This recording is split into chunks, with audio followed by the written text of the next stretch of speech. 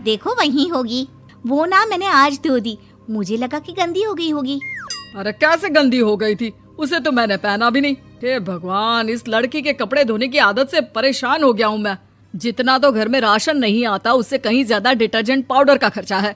इसकी शादी करवा दो, शादी। जाए अपने घर में ही करे काम, फिर चाहे घर के कपड़े धोने हो या पूरे गांव के। हाँ ठीक बोल रही हो, देखता हूँ मैं कोई लड़का। वो दिन भी आ जाता है जब विभा को देखने लड़के वाले आ जाते हैं। लड़की मुझे अच्छी लगी। होने वाली सास कहती है, बेटी अगर कुछ पूछना है तो पूछ लो। वैसे तो हमारी लड़की बहुत ही शर्मिली है, जो बोल दो वो मान लेती है, इसे क्या पूछना होगा। अरे कैसी बात कर रही हो माँ, मुझे इन लोगों के घर रहना है, सवाल तो कई है।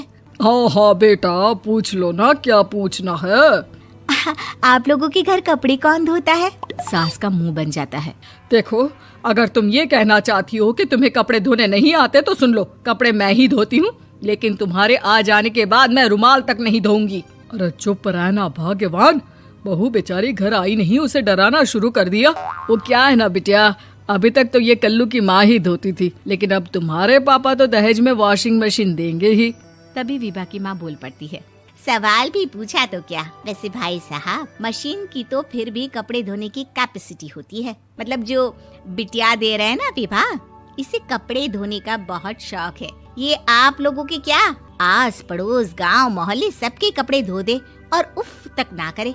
बाहर देखा नहीं आपने कितने कपड़े सूख रहे हैं, सब हमारी बिटिया ने ही तो धोए हैं। बस भी करो ना माँ, शर्म आ रही इतनी तारीफ सुनकर।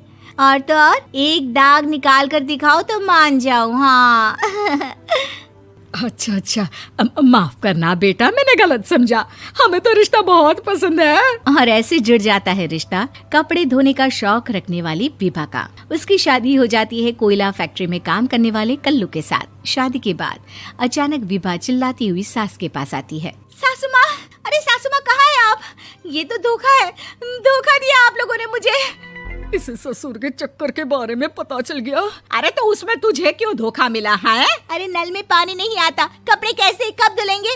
अच्छा अच्छा, तू पानी नहीं आ रहा उसकी बात कर रही है। तो आपने क्या सोचा?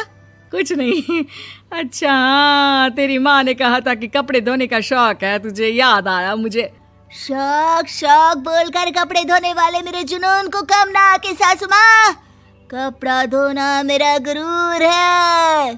तभी पति भी वहाँ आ जाता है। अभी अभी मैंने इसे सनी देओल की फिल्म दिखाई है, उसी के डायलॉग मार रही है माँ। अच्छा सुन, साफ साफ बता रही हूँ, पानी सुबह 4 से 6 और शाम को 10 से 12 आता है, समझी?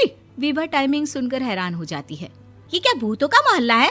सुबह 4 बजे उठकर कौन कपड़े धोता है? 4 बजे टंकी में पानी जाता है, फिर सारा दिन धोना ना, किसने मना किया? अरे कैसी बात कर रही हैं? 200 लीटर की टंकी में कितने कपड़े धो लूंगी मैं, सुबह ही उठ जाऊंगी मैं। अब क्या था, विभा सुबह 4 से लेकर रात के 12 बजे तक कपड़े ही धोती रहती। एक रोज सास पड़ोस से निकलकर कहीं जा रही होती है कि साथ वाली कहती है, हाँ कल्लू की माँ, जरा ये बताओ कि 2 साड़ी है, 2 ब्लाउज और एक पेटीकोट और एक नाड़े वाला लंबा कच्छा। हाँ तो?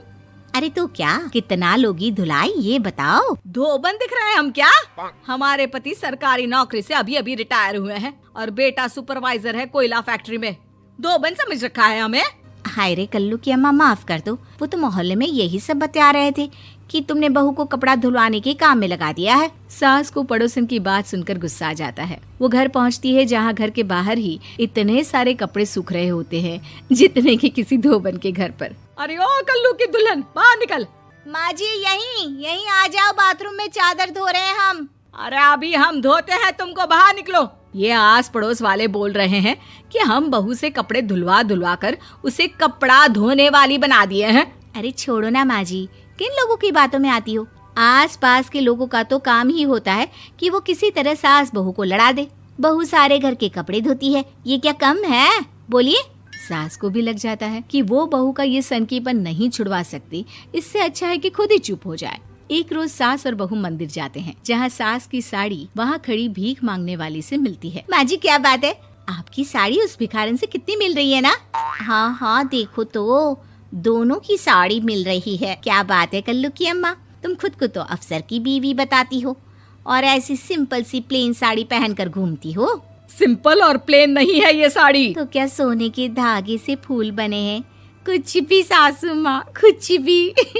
हाँ, बने थे इस साड़ी में सोने के धागे से फूल।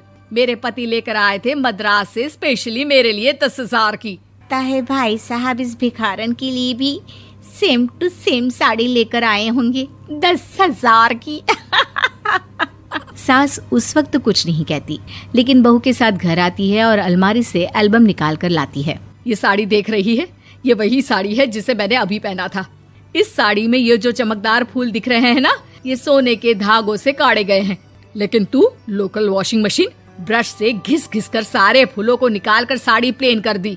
मुझे माफ कर दीजिए सासू माँ। और तो और, जब मैंने तुझे तेरी गलती के लिए कुछ नहीं कहा, लेकिन तूने तो सबके सामने मेरा मजाक ही बना दिया। क्यों? बहू को समझ में आ जाता है कि अब से उसका कपड़े धोना बंद।